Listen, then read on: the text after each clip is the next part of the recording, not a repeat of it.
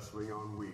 Wrestling on weed. Wrestling on weed. Wrestling on weed. Wrestling on weed. Wrestling on weed. Wrestling on weed. Wrestling on weed. Wrestling on weed. Subscribe today. Otherwise, we're gonna have a problem.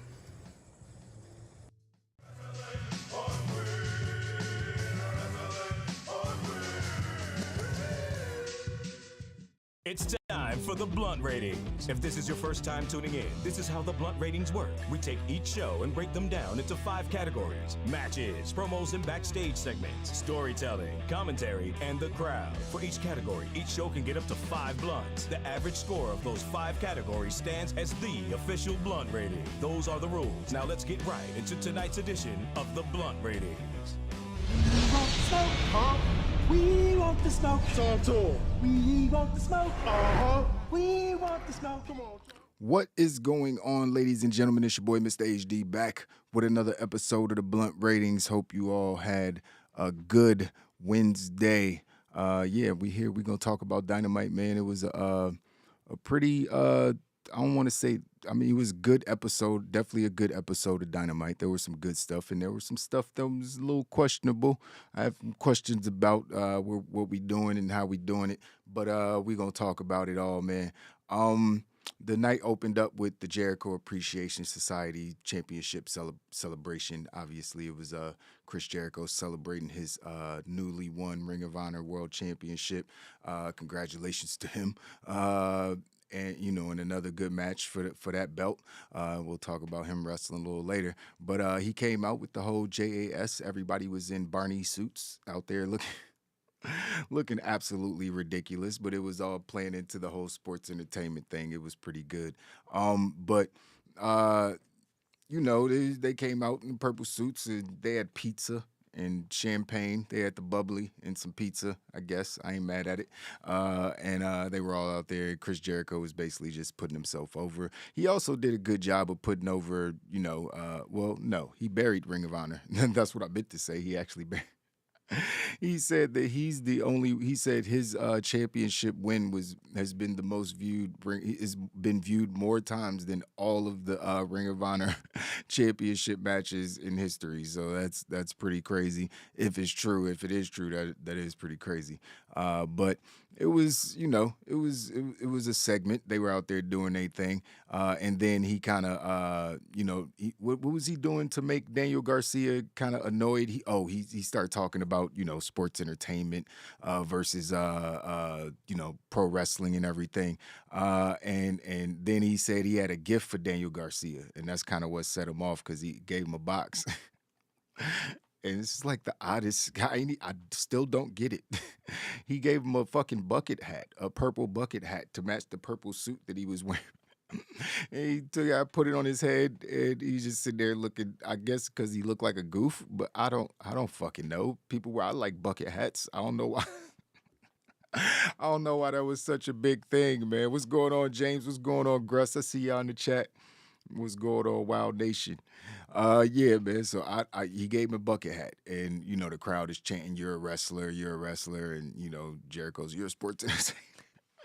And then you know he takes it. He took the hat off, and Jericho looking at him like, "Yo, what the?" And he said, "You know, Chris, it's been something I've been wanting to get off my chest for a long time."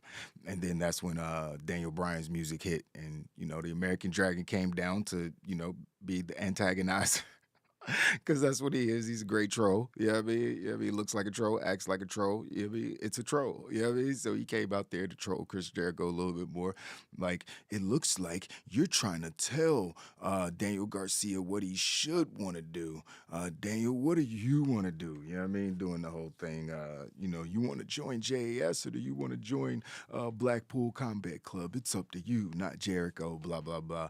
And I guess that put the extra battery, the extra charge in the battery that was already in his back. And he was like, Jericho, you know what I think? I think it'd be a good idea if me and Bryan Danielson went up against you and your boy Sammy Guevara. And Jericho's like, what the fuck, man? What's going on here? What's going on here? It was interesting segment. Matt Menard jumped up because he's, him and Daniel Garcia and 2.0 and Daniel Garcia was a thing since they all been in AEW. So he was like, "Yo, we rode with you for a year, we held you down, and now you just gonna turn your back on us like that?" You know what I mean? Then it kind of turned away from Chris a little bit. He made it about 2.0 and Garcia, like, "Yo, this supposed to be the group," and that didn't really work. You know what I mean? Because he was like, he turned to Daniel Bryan, was like, "Yo, I'll punch you in the face." Right? Daniel Bryan was like, "Word." That's actually ironic because I came out here to fight. So ring the bell. Ring the bell. So then we got a match between the American Dragon, Bryan Danielson, and Daddy Magic, Matt Menard. It was a good match too. Matt's a good worker, man. Parker was, interfering. Angelo Parker was interfering the whole time. You know what I mean? So, but it's Bryan Danielson. He's not going to lose this match. Actually, Claudio came out at one point and he carried somebody. He carried Angelo off because he kept trying to interfere. So he carried him off. And then, Daniel hit him with a running knee and put him in the LaBelle lock, and that was it. So, it was a good, decent match between the two. You know what I mean? A lot of shenanigans. The openest segment was like, it was okay. You know what I mean? But we'll get into it when I do the blunt ratings. After that, we had the casino ladder match winner, the devil himself, MJF, who's been causing a lot of controversy with his "I'm a devil worshiper" t-shirt. I'm definitely not walking around wearing it. I wonder how many shirts he's going to sell and if he's comfortable with actually selling shirts to those people. I guess he is. Be comfortable doing. It's wrestling. I guess it's a little too much for me. I can't. But before he could come out, Willa Yuta just made a beeline to the ring or whatever. And Yuta was like, "Yo, we have a real serious problem, MJF." He was like, "Max just likes to run and hide. Max knows once the bell rings, he can't hang with me. That's his problem." And he was like, "Come down here and get this ass kicking that you deserve." I was like, okay, that's a little bit better. Like, it was a lot of passion, a lot of, a lot of anger in his voice. It definitely didn't sound like a pet rock, last night. So Yuta did a lot better this week. Like, I know I buried him last week because he buried himself just sitting there getting slaughtered like by MJF, but it's not a fair fight. But anyways, he said, "Philly, don't get too excited because Max ain't about to come out here." And then MJF's music hit and MJF came out. And he said, "Everybody give it up for Willa Yuta, the hometown boy." He said he called Tony Schiavone a coward, just continuing to bully Tony Schiavone because Willa Yuta was like, "That was even more despicable than, the shit you said to me was what you did to Tony." So then he called Willa a coward as well. What did he say? I don't remember everything he said, but he said something like, you tried to go toe-to-toe with me on the microphone last week, and, you got embarrassed, and, I'm going to make more money. He said something about making more money than the whole town or some shit, and that's what set Euler off. He was like, "I don't care about your money," you know what I mean, and all that, because, once you get inside these ropes, you can't hang with me. That's when he said that shit. So it was, he was all right, you know what I mean? He said, "You want to fight? You want to fight?" And MJF was like, "All right, I'll fight you next week right here in my town, Washington, D.C. I looked up the tickets. There's only crappy tickets left. It's like all the ringside tickets are gone, and they were cheap, too. They were like $200. I was like, wait a minute. WWE ringside seats be like $1,000. AEW shit $200. Like, why did I not go get these tickets last week or 2 weeks ago or something? I was mad. There was literally no ringside seats. But I don't know. I think I might have looked on AEW's site though. Maybe there's something like available on like Ticketmaster or something. I don't know. I gotta check. But I'm gonna try to go. What happened after that? Yeah. So after that, we had the AEW World Championship Eliminator match. Yeah, I see what they did, right? Tony Khan is a motherfucker, man. For him to not like WWE or them to have a rivalry, he just likes to take their wrestlers and copy their ideas so much. So now, ladies and gentlemen, we're doing championship contenders matches, in AEW. We thought it was stupid in WWE. They stopped doing it once Triple H took over. So now AEW's like, yeah, that was a good idea. Let's do that. Let's make the guy who wants the title match beat the champion in order to have to beat the champion again. What the fuck kind of stories are y'all telling? This is stupid. That was stupid. I don't want no champion. We complained about that on every time they did it in WWE. This is stupid. Why are they doing championship contenders matches? There's like, tell a story, have somebody attack somebody. You don't need to, like, what the fuck is this? And now, you know what I mean? It's like they doing it in AEW. So Juice Robinson, you know what I mean, New Japan's own, is over here having another match against Jon Moxley because obviously he beat John for the IWGP United States Championship the last time they met. So this match was good, man. I mean, it's like I never really expected Juice to win. I don't really want to talk about everything that happened in the match. It was a good match. John Moxley won with a Death Rider. He ended up busted open because John Moxley bleeds everywhere. Every time he wakes up, his face just starts bleeding. It's like there's a permanent open wound on his forehead or something. I don't get it. But, yeah, so Moxley beat Juice Robinson in a match that no one in the world thought Juice Robinson was going to win. So that was that. Then after that, that's when the show got a little weird. Pardon me. The show got a little weird because Saraya came out, Page, and she cut a promo. And, I mean, she's really good at talking, so she's a good promo. That's not the problem. It's kind of the things that she said or didn't say. She basically came out and said, I'm back. Feels fantastic to be back. You know what I mean? It's been a crazy road. I'm damaged, but I'm not broken. And at the end of the day, she got a pop for that. And I will create change in this division. I was like, all right, that's a good start. Bet. Change in this division. That sounds good. That's what we need. Some attention on the women. And then she went on to say, I am the revolution. I was like, okay. They already have a pay-per-view called Revolution. Did she know? Maybe she didn't know. But then she said, AEW is officially my house. I was like, somebody called Jade. Somebody going to tell her? Is nobody going to tell her? They didn't give her the rundown before she went out there. Maybe she wasn't watching. I'm not sure. But she said, let's bring all the ladies out right now. And then it got more confusing because all the ladies didn't come out. It was just the baby faces. So I was a little confused. I was like, so okay, so these are the baby face. And fucking Willow Nightingale was with her. Like, I didn't know she was like officially on Dynamite. I know she's had a lot of Dark and Elevation and Rampage matches, but I think, was this her first time on Dynamite? Nah, she had a match a couple weeks ago on Dynamite, right? Against Jamie Hayter. I do remember that. Or maybe that was on Rampage. I don't watch Rampage, though, so how do I know it happened? It was definitely on Dynamite. So, you know, she called the baby, I guess she just called the baby faces down, and she started to introduce them. And then it got even, man, this was kind of awkward. But she started shouting out all the ladies.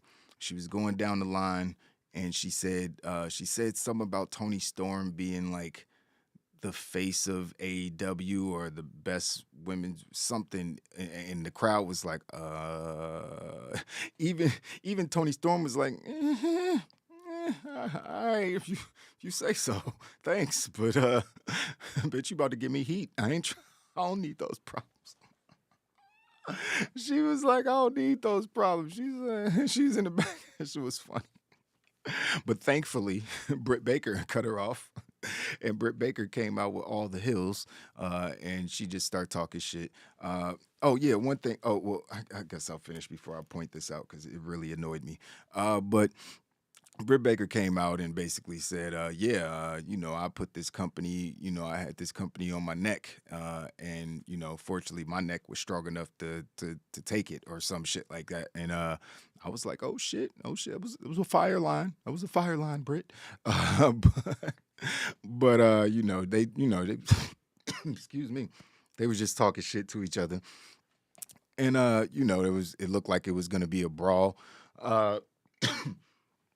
But it wasn't until I guess during the match that happened because Britt was like, yeah, first Jamie's gonna get her turn later, but first we gonna have Serena Deeb, you know what I mean, face her, and then Paige was like, all right, so now this match is a lumberjack match and it's for the title.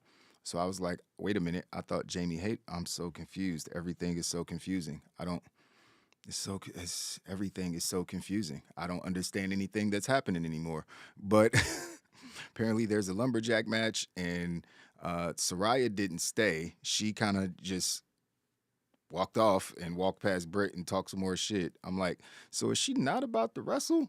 Because if she's like, oh, what the fuck is happening right now? And Serena, they brought out Serena Deeb, and I'm like, so what if Serena Deeb beats her for the belt? Then it's gonna be Hill versus Hill. Like, who thinks like this was stupid? I'm sorry, all this was stupid from the top to the bottom, except for that Britt Baker neckline. Or it was the only good thing about this entire. Because one other thing that annoyed the fuck out of me: can AEW wrestlers just stop mentioning WWE? They are way too in y'all heads. They are really in y'all heads, and it's ridiculous. Because Saraya was like, it's finally nice to have a boss that listens to me. Saraya, Vince isn't even there anymore. You could have very easily signed back with WWE and been able to do whatever the fuck you want to at this point. So the point doesn't even still hold up. So just don't do it. It's not going to get, I guess it's going to get a pop from some people, but now it just annoys me at this point. It's like, bro, I'm watching Dynamite. I got to watch 2 WWE shows. Let me focus on those when I don't want to have to think about WWE when I'm watching Dynamite. You know what I mean? So it's just like, that's still annoying to me, you know what I mean? But it seems like every time a wrestler comes from WWE to AEW, they got to diss WWE, you know what I mean? The first time they get on a mic, it's literally a thing. So it was what it was. We got a really good match between Toni Storm and Serena Deeb. I can't lie. There was a couple little botch spots, I think, or maybe just one botch spot. I can't really remember what it happened, so maybe it didn't happen. But Serena kept trying to put the half crab on, you know what I mean? That lock on where she'd do the half crab. A couple times I thought that, I never thought she was going to win, even though I want Serena Deeb to win. Everybody knows, you watch this show, I love Serena Deeb. I think she's definitely top 3 women's wrestler that they have in AEW, you know what I mean? Plus, I know her history being a big CM Punk fan. Like, I remember, I remember the whole time she was with him, you know what I mean, with Gallows. So, it's good to see her get some shine, but I don't want to see her in matches that no one believes she's going to win. You know what I mean? It's like, give her a real championship match, you know what I mean, a real pay-per-view, and give her the fucking belt. Like, your women's division automatically gets more credit. Britt Baker's an okay wrestler. Like, her best moments when she got busted open and is bleeding all over the place. And she's an okay wrestler. Like, she's not bad, but she's not Serena Deeb.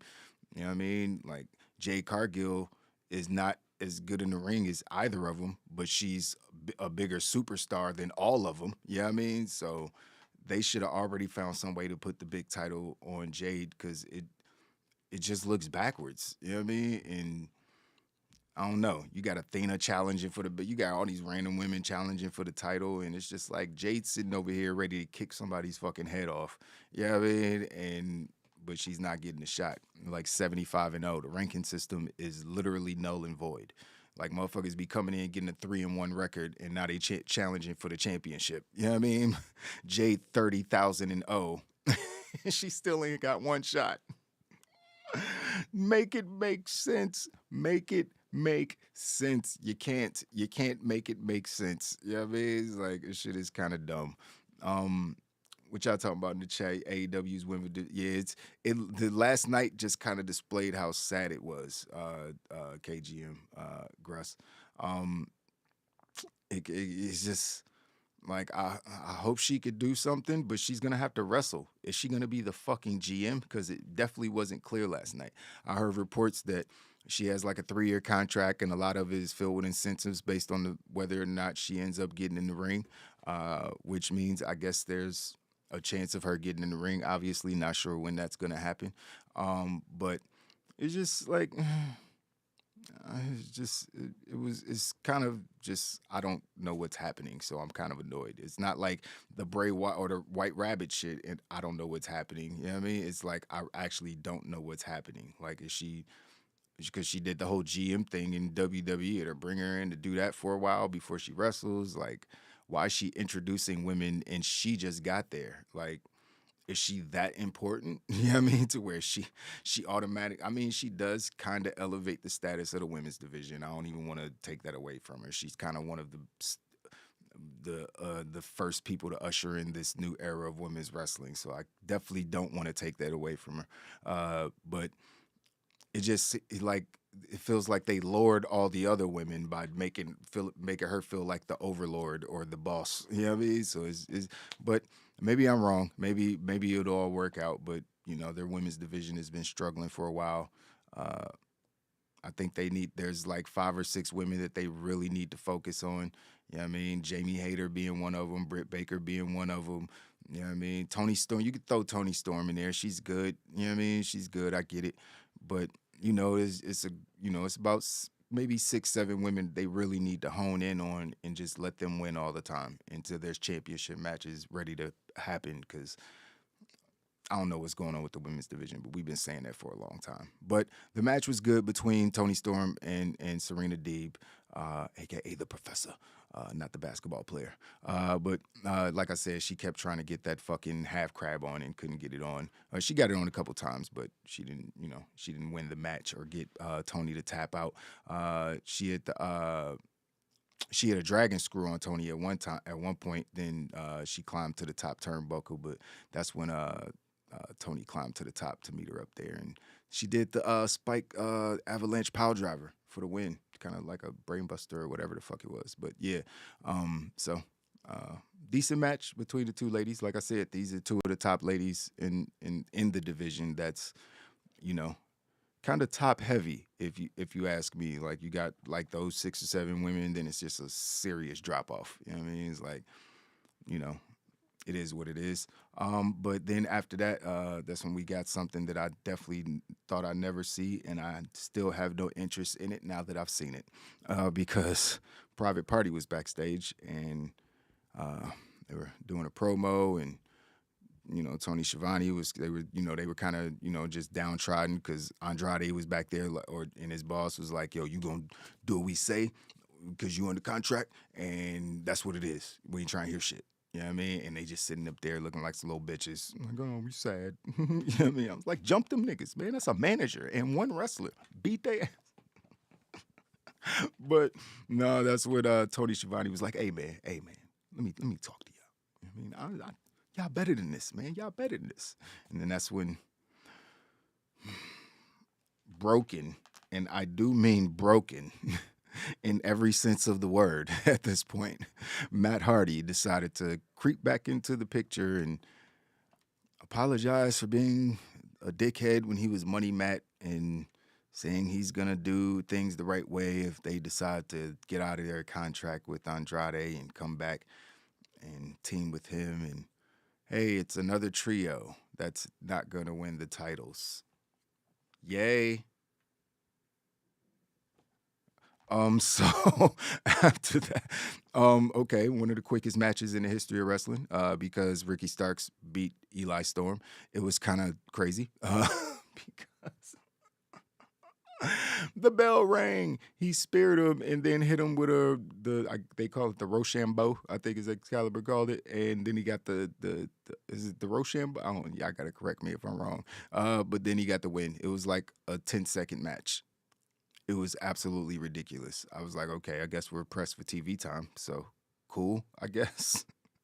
He posed after the match for longer than the match lasted. That's how crazy it was. What we have after that? Oh yeah, after that we had the Ring of Honor World Championship match between the Ocho, Chris Jericho, and Bandito, who I don't know much about. Honestly, I don't know much about Bandito, but goddamn it, I do now, because that motherfucker can wrestle. Chris Jericho was early in the night saying how he gonna desecrate the Ring of Honor legacy, and he's gonna beat every single former Ring of Honor world champion, and break all the rules and blah blah blah. So Bandito being a former Ring of Honor world champion, like I said, something I wasn't familiar with, but he came out looking like a luchador Klansman, and it made me uncomfortable for a little bit. I ain't gonna lie. I was like, wait a minute, I hope that guy's not white. The people just aren't self-aware, are they? It was just a little bit, a little bit lack of self-awareness, but it's cool. I know that's his mask. I've seen Bandito before. I just haven't seen. I don't think I've seen a lot of his matches or any of his. I can't recall anyway, but I've seen it. But it's always got colors like a luchador mask. He had the all white version on last night, and it looked a little clansy. I ain't gonna lie, it was a little. But it was cool, man. It was cool. Oh shit! Wait a minute. I forgot all about that. We're going to talk about that in a minute. I forgot all about that. Yeah, I hope you're okay, KGM. You and your fam, man. That shit looks crazy. So, yeah, damn, that's wild. But, yeah, so these two had a match, man. Bandito came out, and these two went at it, man. Chris Jericho, like 75 years old, still having bangers with luchadors, which is wild. You know what I mean? But these two went at it. Jericho was doing his chops because, he's one of the guys that likes to do 1,000 chops in his matches. That's why his chest looks like that. But Bandito ran Jericho into the barricade with a tope, because everybody does topes, especially if you wear a mask. Then Jericho jumped off the top turnbuckle and, hit him with a kick. He kicked him. And then Bandito did one of the coolest spots that I think I've seen in wrestling history. I ain't gonna even lie. I think this might have been one of the coolest spots I've seen in wrestling history. Y'all got to tell me if y'all agree or not. He did a stalling vertical suplex for what seemed like about 5 minutes. Like, it was, because he's not a big dude. Like, if the Big Show did that, or Braun Strowman, I wouldn't be that impressed. Even Bobby Lashley. Like, Bobby Lashley does it, but he does it for like 20 seconds or 30 seconds.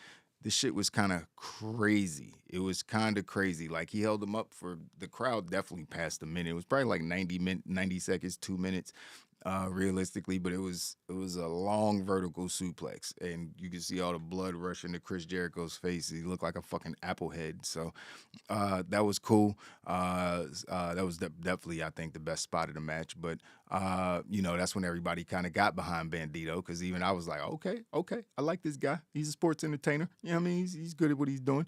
But then he hit a crazy frog splash. It was like equivalent to Montez Ford, but instead of vertical, it was distance. Because when he got up on the top rope, I was like, damn, he kind of far away, bro.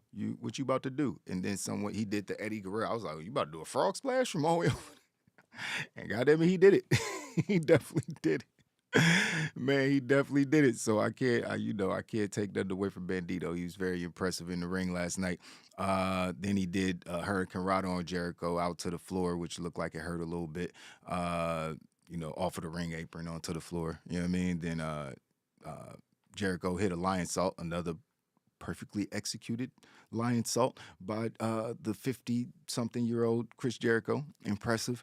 Then he hit him, with a couple knees, and then he hit him with a crucifix power bomb for a 2 count. I think it was a 2 count at that point. I don't remember. But then Bandito, put the walls of Jericho on, Jericho put the walls of Jericho. He put the walls of Jericho on Bandito in the middle of the ring. It looked like that might be it, but then he got to the ropes. Then he hit him with a suplex. Jericho hit him with a suplex, then climbed to the top turnbuckle. But Bandito got up and hit Jericho, one of those kicks to the mouth. And then what happened? Bandito hit Jericho with a moonsault after that. And then a fall-away slam. They got a 2 count. The crowd kind of popped on that when the fans were going crazy at that point. AEW chants all over the place. And then Jericho or Bandito hit Jericho with a knee, and then a suplex, some kind of suplex. I don't really know I don't know what the name of that suplex was, but it looked cool. He got a near fall on that one. The crowd was, going crazy because Jericho, kicked out. It looked like it could have been it at that point. And then Jericho poked Bandito in his eye because Jericho's a cheater. He has no honor, even though he's the Ring of Honor champion. And Jericho put Bandito in the lineman tamer. And the lineman tamer? I don't know what the lineman tamer is. I know what the lion tamer is. He put him in that and then got Bandito to tap out. So, yeah, man. Good-ass match, man. I can't even front, man. Chris Jericho's on some other shit right now. Like, he is on some... He went and got abs again and got in shape and was like, I'm going to show you, motherfucker. You think I'm falling? You think I'm fat? You think I'm going to show you, motherfucker. God damn it, he's showing us, man. So salute to Chris Jericho for another impressive match, TV match. You know what I mean? He's crushing it. TV matches, pay-per-view matches, doesn't matter who he's in there with. He's giving us a variety of matches. It feels like he doesn't wrestle the same people too often. And just as I say that... Just as I say that, this is how the show ended. He told them to cut the music, and he said, the Ring of Jericho era has begun. Everything isn't a hit. You know what I mean? The Ocho thing, okay, I like it. The Ring of Jericho era, I don't know. That doesn't have a real ring to it. Pun intended. I'm changing what Ring of Honor is. I'm going to destroy its legend. I'm going to destroy every great champion that has held the Ring of Honor championship. And I'm challenging Bryan Danielson in Toronto on October 12th. I was like, well, cool. All right. We'll see it again. Jericho. Then he said, I'm even going to destroy the ring announcers. And then he just, nailed the ring announcer with a Judas effect. And despicable act back. I'm like, wait a minute. Arrest him. Like, if I'm the ring announcer, I'm suing everybody. Tony Khan got to pay me at least $1 million. Like, what? What are we doing here? Like, you can't assault a ring announcer. Like, that's a little... that's a little too far. He's just there to do his job. He's not a wrestler. As security guards, they trying to accost you, so I guess still should be illegal. But I see the ring announcer. It's an old man. You just beat up old man. That's not even a wrestler. And you hit him with your finisher. That's a little. It's a little extreme. A little extreme. So I'm assuming he's gonna be fined and suspended by Ring of Honor. Which is owned by Tony Khan. How can you not? It's called Ring of Honor. How can you not suspend him for doing, flipping somebody the bird instead of shaking their hand before the match? All right, you're a dick. You have no honor. But now you're a criminal. I don't get it. Those two things don't equate. So once he crossed that line, it's where's the police? Dial 911, everyone. Not everyone. You won't be able to get through. We need one person. Just call. Arrest that man. Arrest him. But it was a decent show, man. There were some hiccups. I didn't. There's a siren outside. I apologize if you guys can hear that. It's really, really loud. I don't even live on the street. I have our fucking corridor or courtyard is right here outside. I don't know why the siren is so loud. But damn. Yeah. So. As far as the blunt ratings, man, I would probably give the matches. I didn't do a card. Sorry, guys. The matches on the show, because of the main event being so good, I would give the main event by itself. You know what I mean? 3 3/4 or 4 blunts by itself. Danielson and Daddy Magic was pretty good. You know what I mean? But nothing crazy. You know what I mean? Daniel Bryan standard match. You know what I mean? So I give the matches overall, including the ladies match, which was pretty decent. I'll give the matches 3.5 blunts. Promos and backstage segments. That Page thing just kind of threw me off. That Page promo just kind of threw me off, yo. I ain't gonna even lie. That promo was kind of ass. You know what I mean? Britt Baker saved it a little bit. You know what I mean? But it just, I still want to know if she's wrestling. You know what I mean? I don't know if she's the GM or not. And she just said a bunch of weird shit. I ain't gonna lie. It was like, damn, sis. Shout out to Love My Family 4. I love my family too, man. So that's a great YouTube name. Appreciate the sub, man. yeah, it's like I just don't know. She said too much weird shit for me, and that kind of threw me off. And there wasn't a whole bunch of other promos for real. Daniel Garcia and Chris Jericho. The whole celebration was kind of corny, man. It was kind of funny, but then it was kind of corny. Purple suit. I don't know. I gave promos and backstage segments 3 blunts for the night. Storytelling. Now, I don't want to be too hard on the show, but why are you having championship contenders matches when we just complained for months about WWE doing the same stupid shit? No one needs to see the match before the match unless it's just a part of the feud and you're doing a series of 3 matches for the title. That's one thing. But why are we making a random person beat the champion to get a match at the champion? And oh yeah, let's not forget, what's Juice Robinson's record in AEW? So now, instead of paying attention to the records, we're doing championship contenders matches with people for their first match. That's what we're doing. There's no cohesion in what the game plan is or what I'm supposed to be understanding that this promotion is. There's no cohesiveness. It's just kind of all of whatever they feel like doing that day. You know what I mean? And most of the roster showed up, at least enough of the roster. They had the whole hurricane situation. Gonna talk about that in a minute. Shout out to KGM. But yeah, it's like that whole, like some people, Tony said, stay home if you need to stay home with your family. What? Looks like everybody showed up from what I could see. Yeah, I mean, probably people who didn't need to show up probably stayed at home. It's like, I get a day off, you know what I mean? Or they actually had to take care of some stuff at home. So the roster was, it's just all over the place. Like the writing, I just don't get it, man. FTR's done nothing for months. Good point, James. Gruss says Paige sucks. She doesn't suck in the ring. She's great in the ring. She's amazing in the ring. Like, at least she was 7 years ago, or however long it's been. It feels like it's been 1,000 years at this point. But, yeah, she was great in the ring. And she could talk on the mic. I just think there's something to having people help you write your promos. Like, everybody's not built to go out there and just talk freely. You know what I mean? I might need some help, and I'm a writer. You know what I mean? I might need to write down my bullet points and get all my shit down and memorize it before I just go out there and wing it. You know what I mean?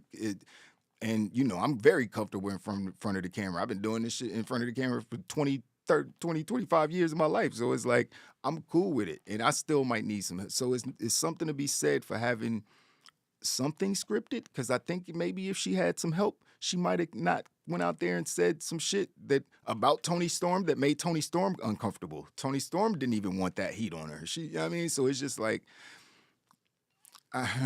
it was what it was, man. The storytelling is a little off. You know what I mean? I ain't gonna lie. I'm trying to think of some stories that I did like. I do like Chris Jericho destroying the Ring of Honor. You know, going through the whole Ring of Honor thing. Everything MJF does is dope. You know what I mean? He came out at one point and trolled Moxley and because I forgot to say Hangman Page. I definitely skipped over that. Hangman Page came out after Moxley's match, after his win, and faced off with him. It looked like they was about to fight. He took his wallet out his pocket. All right, you know what I mean? If I was Moxley, I'll just ran, grabbed his wallet and ran. But he they kind of faced off, and then as they were about to, go at it, MJF got on the mic from the skybox and was like, "Chill, fellas, you're just about to fight to lose to me, so don't even worry about it." So MJF being who he is, and he's actually getting over Willa Yuta. Like, I feel like Willa Yuta was the best on the mic that he's been. And I feel like because everybody probably got at him last week, like, bro, you just got mauled on the microphone. Don't let him do that to you again. Even though MJF still did it because he's MJF, so he still crushed it. Willa Yuta didn't look like a total sucker last night. You know what I mean? He had some good comebacks. You know what I mean? I don't care about your money. You know what I mean? Because once we get in between these ropes, you can't, fuck with me. And I was like, okay, all right. I like that. That's what we doing, because that's what it is. You know what I mean? And, I ain't saying that's what it, I ain't, maybe MJF is a better wrestler than Willa Yuta. Some people might think that. I don't give a shit. Honestly, just put on a good match and entertain me. But yeah, so, is the storytelling, fuck, man. I think this might be too much, but I'm gonna give it another 3 blunts, man. I wanted to go 2 3/4, but I'll give storytelling 3 blunts. I don't know. It's like it was a steady episode, but it wasn't crazy. Commentary, I'll give commentary their just due. They did a great job of commentating. There was nothing real extra except for William Regal. At some point, Excalibur should just file sexual harassment charges, because I'm pretty sure if that was a woman that William Regal was doing that to, every single person on the planet, at least all of the social justice warriors, would be in an uproar, because it makes me uncomfortable. And not because, I mean, do what you want to, but I don't know, Excalibur don't be like, hey, yeah, I like you talking to me like the Excalibur be like looking straight up. He'll just go straight into his next piece, whatever he got to talk. Then William Regal, is William Regal gay? I never knew that. I never knew William Regal was gay. If he is, cool. Doesn't change anything I have to think about him, but still, it's just like, it feels like it came out of nowhere. He just started flirting with Excalibur. He like called him a Rice Krispie treat, and he could go snap, crackle, pop all over him if anytime I was like, oh my God, what is he doing? And Taz tried to transition real quick. It was like, yo, yeah, let's snap, crackle, and pop to this match. What the fuck is happening over here? Because what he's talking about, I don't know what the fuck he talking about over here. That shit was getting real awkward, man. Excalibur don't look like he comfortable with it. So I feel like somebody should say something to William Regal, because, yeah, I know he's an old Brit, but no, you can't do that. You in America, bro. It's Florida. I mean, it's crazy down there, but it's still America. You know what I mean? So can't be doing that. I mean, maybe they talked about it beforehand and it's all in the script, but don't seem like it. And there's not a lot of scripting going on in AEW, doesn't seem like. So it just a little weird. So I'm going to take some points off for commentary because William Regal was out there. And I'm going to give him a 3.5 blunts. You know what I mean? Because the rest of the team was solid. They did what they did. You know what I mean? Jim Ross didn't call the show WWE, or Excalibur didn't stumble all over his words trying to read off the script for Rampage. We're good. You know what I mean? Just a little too much William Regal creepiness. And the crowd was good last night. The crowd was hot. They were in Philly. Philly's a wrestling town, always has been. You know, they got behind. They were with MJF because MJF is over as fuck. You saw people in there with the fake Burberry scarves on and all that shit. I don't know how AEW ain't got sued, or maybe people were actually going out buying Burberry scarves. Which, I mean, if you're gonna do that to support your favorite wrestler, I mean, no one's gonna know that unless you're at a wrestling show. I hope you're aware of that. But cool, it's your money. Do what you want. So, you know, they were hot for Willer Yuta. I was saying they was on MJF, but they was still supporting Willer because he was the hometown boy. He's from Philly. You know what I mean? He said bad things happen in Philadelphia. And all right, Benny Siegel. I mean, relax. You know what I mean? About to cut a rap album out this motherfucker. So I'm gonna give the crowd 4.25 blunts for the show last night. I don't know. What does that put the show at? That's 9.5. 13, 17. Let me do this math real quick so I can give y'all an actual answer. I can't do that in my head. It's 3.45. So it's a silver blunt. Still not a bad rating for the show. You know what I mean? So yeah, man, it's a decent show. Like I said, it was steady, but there's a lot of things that they need to clean up. This whole record, just stop talking about records. It clearly does not matter. Do not talk about it anymore. We don't want to hear about whose record is what, and they're in the rankings. No one gives a shit about that because y'all don't give a shit about it. And the more you try to make us care about it while also doing championship contenders matches with motherfuckers who gonna be here for 2 weeks, it just convolutes everything. It makes everything feel stupid. You know what I mean? And out of order. That's not what we started when AEW started. Like, everything was cohesive and it made sense. It just feels like they got too big of a roster now and they're trying to squeeze everybody in, and it's just like, it's not working out. You know what I mean? So a lot of stuff just looks like a mess. You know what I mean? I want to see if they got to do lumberjack matches to get women on TV for more than, multiple women on TV for more than 2 minutes. It's like, it ain't going to work the way it is. Jade Cargill needs to be she needs to be working her way towards being the champion. And then you could reset the women's division underneath Jade Cargill, and you could put the TNT title on Britt Baker. It just seems more realistic. If you lined them all up and said who's the champion, everyone's gonna point to Jade. You know what I mean? So it's like it don't make no sense. It's not the same in the men's division because you got 10 people, literally 10 people in the men's division who could very easily be world heavyweight champion, and I might be shorting that by a lot because the roster is deep.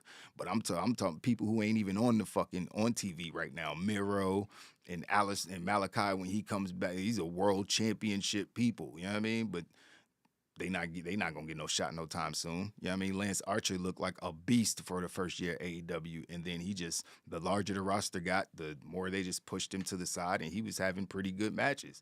You know what I mean? And he was getting over as a really good heel. You know what I mean? I think they should have broke him away from Jake the Snake a little sooner. You know what I mean? I'll take that back. The whole Jake the Snake thing kind of worked. You know what I mean? It worked. Just some of Jake promos wasn't always, still got the 2 packs a day voice, but you know what I mean? It wasn't, it wasn't hitting the same. But, it is what it is. So 3.45 Silver Blunt for AEW Dynamite last night. Good show, man. Decent show. You know what I mean? Like I said, they got some things to fix, but I can enjoy it. It's 2 hours. It's better than Raw being a bad show. You know what I mean? Because Raw is 3 hours, and it feels like a drain on your life when it's bad. So, it is what it is, man. Appreciate you guys being here, listening to the review. The blunt ratings for AEW Dynamite, which I'll talk about in the chat. Let me scroll back a little bit. I missed a whole bunch. Hold on. It's becoming the old WWE, James said. Yeah, that's what it's looking like. It's looking like Tony Khan is becoming the new Vince McMahon. We're hearing about all you got all the backstage drama. I know you guys heard the report about him not letting nobody out of their contracts. Like, you signed your contract. Remember when AEW was the land of the free and the home of the happy? Remember that? Everybody's like, yeah, we could just do what we want. We can come here and, Tony Khan loves us. If we want to leave and go, we could do whatever we want. We could work anywhere. It's beautiful over here. Now Tony's like, oh, y'all want to go back?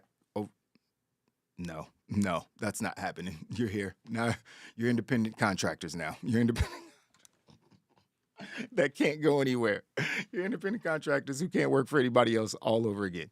It's just like, wait a minute, what's happening? You know what I mean? What's happening? So I don't fucking know, man. It's, I'm rooting for AEW because I love there being competition. It just makes everything. So you see how good wrestling is, how fun wrestling is now compared to when there was just WWE and it sucked. So watching wrestling was kind of like a drain. It was just like, oh man, this is tough. But then AEW popped up and it's like, oh, we got so much wrestling to watch.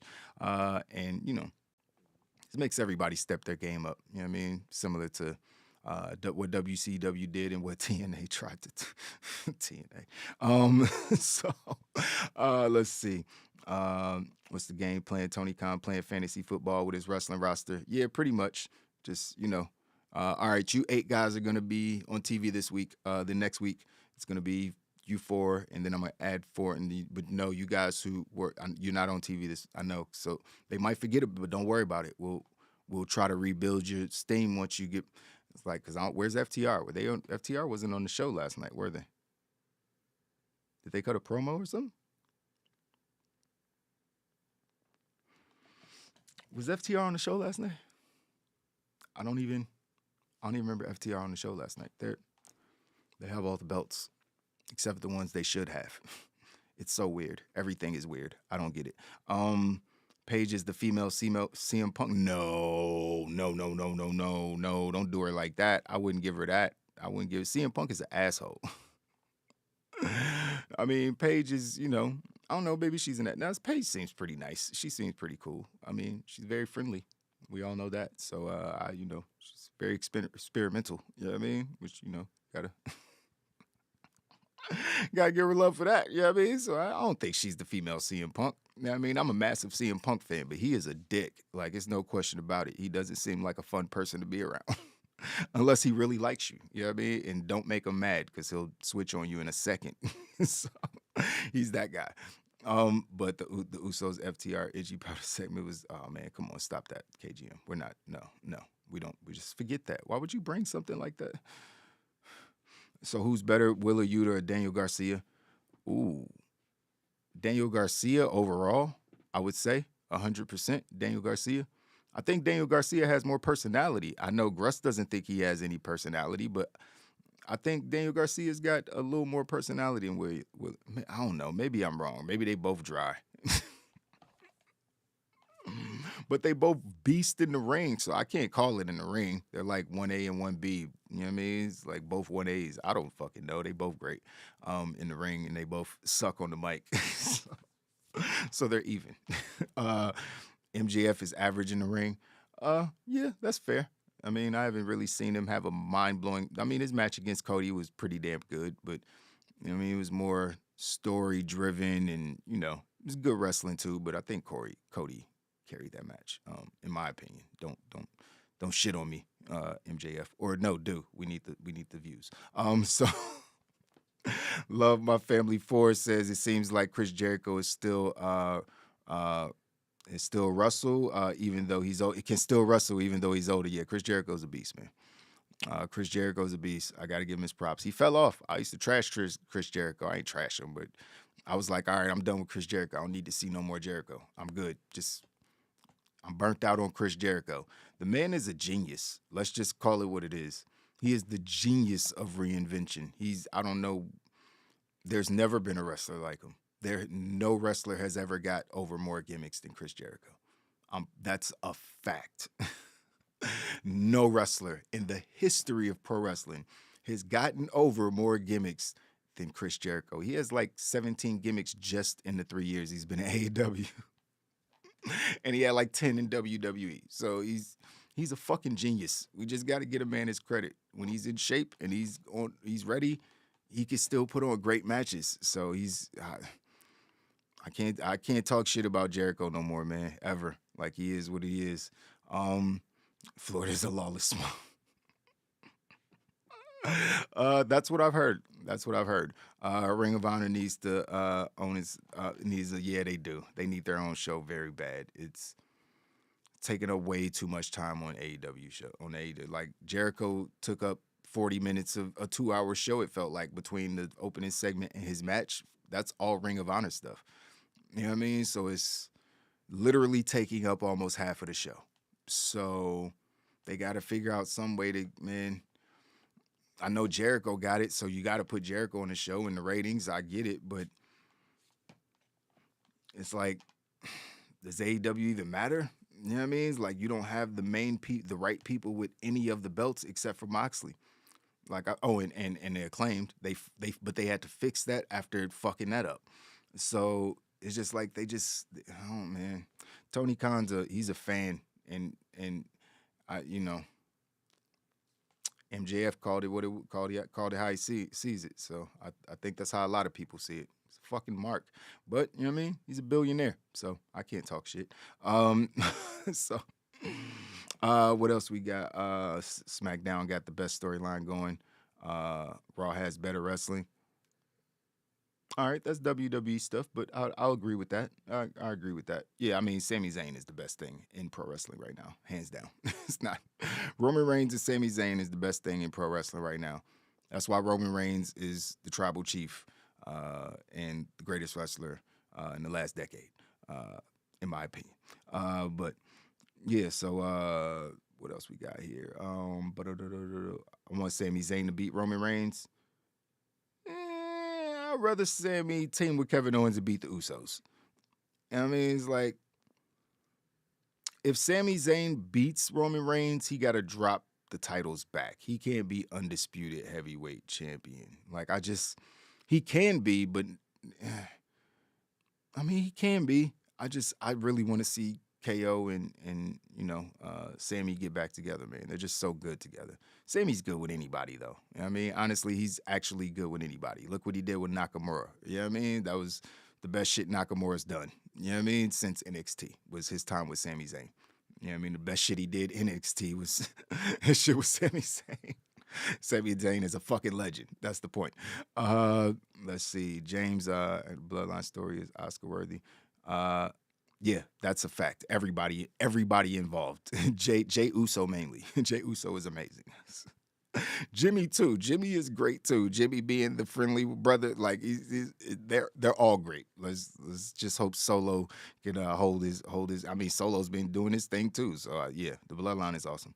But back to AEW stuff. At this point, there's no reason Jade shouldn't be AEW Women's World Champion. Whose feelings is Tony Khan trying not to hurt by holding Jade back. Dave Favors was cracking, my guy. Good to see you in here. That's a good question. I don't know whose feelings he's trying. I mean, it just seems a little awkward. We can't call it like some weirdo racist. He's not fucking racist. You know what I mean? It's like I definitely wouldn't try to pull that card on Tony. But I don't know. I don't know what's their logic. Like we discussed it for 10 minutes. Like, the records don't matter. The rankings do not matter. Jade Cargill is number 1. You could just throw her on the men's division records and just even if you just said, all right, each one of her wins only counts as a half a win. We're gonna put her in the men's division. She'd still be at the top. It's like the fact that she can't challenge for the women's world championship is just, I mean, it's just ridiculous. It just it's the biggest hole in everything that they're doing. It's literally the biggest hole. And her and FTR, obviously, like they're the biggest just gaping holes in whatever they're trying to get us to believe about this ranking system and record keeping shit that they supposed to be doing. So I don't know, man. I don't know. It is what it is, though. Let's see. We got some more AEW stuff. When's the last time FTR wrestled on TV? I don't fucking know, bro. Months, maybe a couple months. I can't even remember. Honestly, they weren't on TV this week. I don't even remember the last time they were on TV. I remember Dax saying some stuff about his daughter and that being a cute little moment. And that's I don't even remember who they were going up against, honestly. I don't remember they haven't done anything memorable. They're just being thrown in nothing feuds that don't really matter because it's not fucking for the titles. And now you can't put them up against the Acclaim. Who the crowd gonna root for? You gonna turn the Acclaim back heel that fast? You're not gonna do that because they had a promo last night where they scissoring each other. Keith Lee, I ain't even talk about that. I skipped over a couple of the promos because they were nothing. That's why. Swerve wasn't there. Keith Lee pulls up like, oh yeah, he helped y'all win. Good luck on your next match. I was like, why we do this? What the fuck was the point of this? Why? Is he about to jump them? Is he gonna challenge them to another match? He's good. Hey, yeah, you guys cheated. Good luck on your next match. What? What the fuck was that? There's just so much stuff that annoyed me on this show. There's so much stuff that annoyed me on this show last night. I tried to forget some of it. It's just, clearly, I ain't take notes on everything, but that shit was stupid. Yeah, so I don't know. Maybe they'll figure it out at some point and get this shit together. But there's a lot of gaping holes in AEW right now. Love My Family said, I got a feeling me and they're gonna do a AEW versus Invasion. AEW Invasion. AEW versus WWE Invasion. Yeah.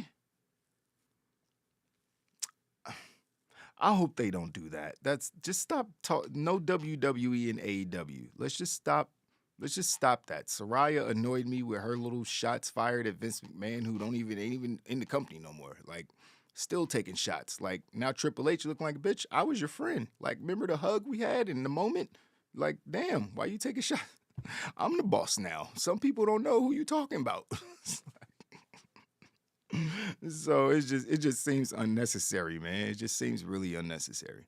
So yeah, I don't want to see no WWE inside AEW Invasion or nothing like that. It'd be whack. Keith Lee needs to go full heel. Nah, Keith Lee needs to be a solo babyface. You know what I mean? Man, Swerve need to be a heel. Swerve's a great heel. Swerve just got that smug and that swag that is good on the heel.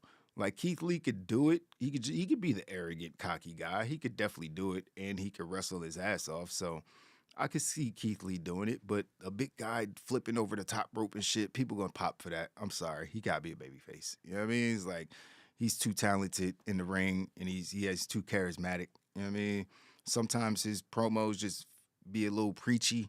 It's a little preacherish, but that's part of his gimmick, man. You know what I mean? You know, like I said, then just gotta, you know, sometimes a script ain't that bad of an idea, as long as the person that's helping you script it is, you know, knows what they're doing, or if you're helping yourself script it. But just being prepared when you go on the mic just, you know, keeps you from saying, hey, you guys cheated. Good luck on your next match. And, you know, everybody's sitting there like, huh? Why are you wishing them good luck after you just said whatever. So AEW doesn't know how to book big men or women or anything. All right. Point taken. What else we got here? At least, wait a minute, more WWE stuff. At least WWE, Keith Lee was NXT. Yeah, Keith Lee was definitely better in WWE. No question about it. Or at least, in NXT. Just to clarify, he was much better in NXT. After the moment he had with Brock Lesnar in the Rumble or Roman Reigns or whoever the fuck it was at that, but that was the last moment he had. He was Bearcat after that, and it was bad. It just downhill. So Swerving Wardlow, I forgot all about Wardlow. Why is it the TNT champ on your main show? I don't get it. He's the station. The station is TNT. The show's on TNT. Did they air it on was it on Fox? Was it on? Nope. It was still on. It's still T. So, all right. They're going to change. Maybe. All right. Cool. So, yeah, the TNT champion wasn't on the show that airs on TNT. So that's. But you know what was? The belt that doesn't have a TV show. It's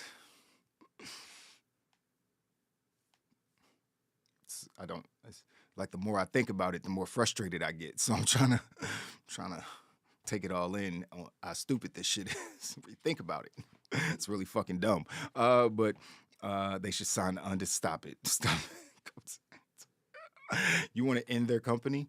That's not, at that point, no one's going to care about AEW. If they bring The Undertaker in, people would just be like, oh, so this is the old WWE? This is what they're doing? Just bringing in old people that WWE don't want no more? It's like, yeah, no more. Just like, I ain't gonna say no more ex-WWE wrestlers, because that's a lot of people to leave off the table, but they don't need to sign nobody. That was the last surprise. Bray Wyatt already back with WWE. We know that. Ain't no points in who's left. There's nobody left that needs to be signed to AEW that we're gonna be like, oh my God, unless you about to sign like Jay White, you know what I mean, which I think would be a great addition to the roster. But like, there's you know, maybe 2 or 3 people, but I don't even think they need to sign them, because there's too many people at the top of the card. You got Hangman Page circling back to challenge for the title. Where the fuck is Miro? I'm going to keep bringing up Miro because he's a fucking world champion. He should be contending for that title. So it's like, all right, we got the top 5. You know what I mean? We just going to keep rotating these guys. Like, Keith Lee needs to be challenging for the World Heavyweight Championship at some point.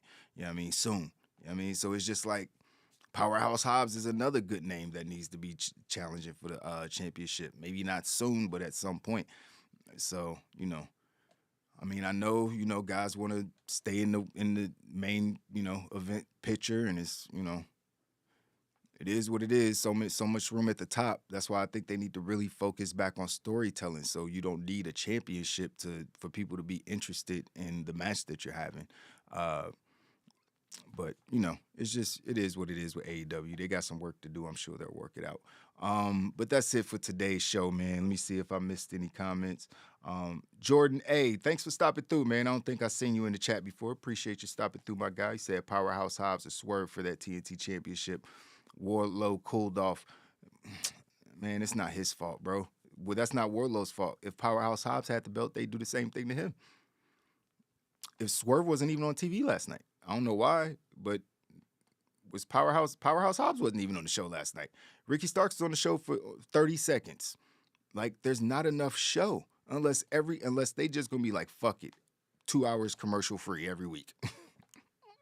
Or we're only doing 15 to you a billionaire, Tony. You don't need to make them ad revenues. Yes, he does. That's the whole point of the shit. But still, it's like people got to get paid. You got to make that ad revenue. But it's like, man, it ain't enough time. You got to think with commercials, it's 90 minutes for people to get people on TV. So there ain't a lot of time, man. So you're going to continue to have these dumbass squash matches that don't push nothing forward. That shit that Ricky Starks didn't do nothing but put him in front of the camera. He'd have been better off just cutting a fire promo, but people would have probably got sick of that too. Like, damn, why isn't he wrestling? Give him some time to wrestle. And they did. They said, you got 30 seconds, figure it out. So it just is, I don't think if they put it on anybody else, it would be any different. Wardlow with those weak ass power bombs. I mean, you know, he does a lot of them. I think that would you take one, because I ain't taking one. Miro being held hostage in catering, facts. The only person AEW could sign that would be an Impact is John Cena. John Cena, ain't no fucking way. John Cena is literally The Rock and The Undertaker would sign in the same week before John Cena ever went to AEW. He is a WWE lifer. He is literally Vince McMahon's son at this point. So I don't know. Yeah, that's not happening. That's people like, I could see Dwayne doing some stuff because I don't feel like he's as attached to WWE. He was only there for 4 years.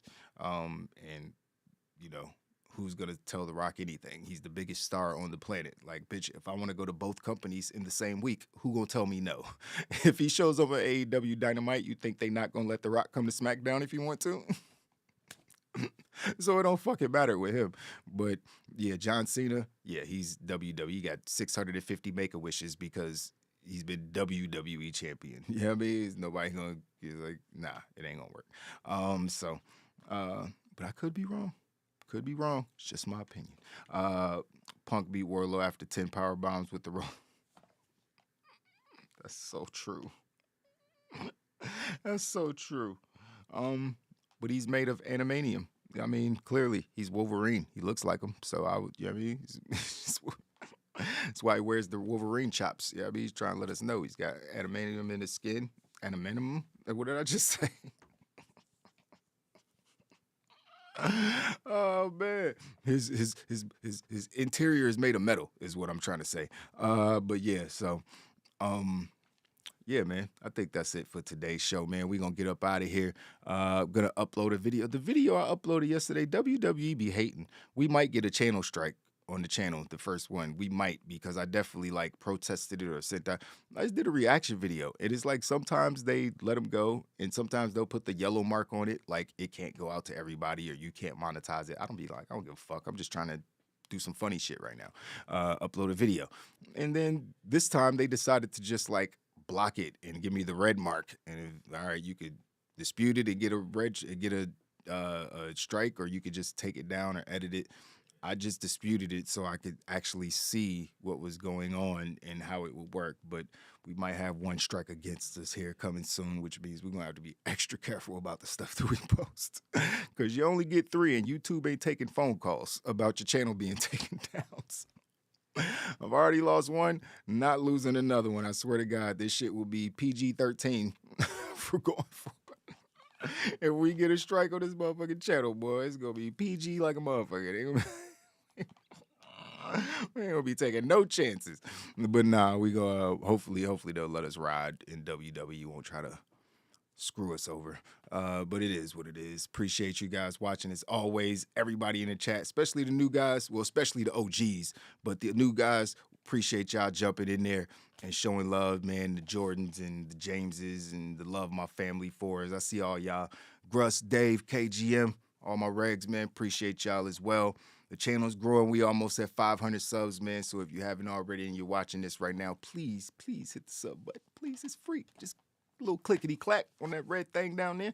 You know what I mean? Helps us out a lot, man. We almost at 500 subs. It'll be a real good look once we get there. And we be well on our way to that 1,000 goal.